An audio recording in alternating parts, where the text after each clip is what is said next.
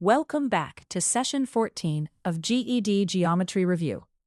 Many word problems show a three-dimensional object, but a 3D object can ask for two very different things: what fits inside or what covers the outside. Reading for that difference is the whole skill today. Here is the split. Volume is the space inside, how much the object holds or fills, in cubic units. Surface area is the outside covering, how much material wraps around it, in square units. Same box, two very different questions. Certain words point to volume: fill, hold, capacity, water, sand, air, contents. If the question is about what goes inside, you want volume. Other words point to surface area: paint, cover, wrap, label, outside, material. If the question is about covering the outside, you want surface area in square units. Let's see one. A tank is 2 by 2 by 3 meters, and it holds water. Holds means inside, so this is volume.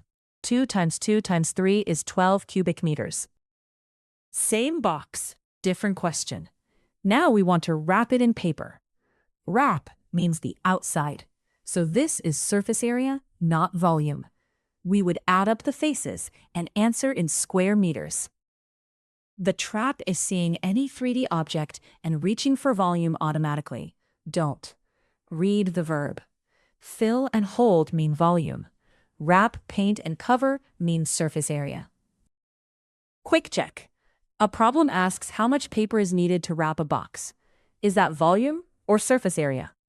Wrapping covers the outside faces, so it is surface area. To recap, inside means volume and cubic units. Outside means surface area and square units. Let the words fill, hold, wrap, and cover tell you which one the problem wants. Great work! Sort a few word problems by their verbs, and I'll see you in the next session.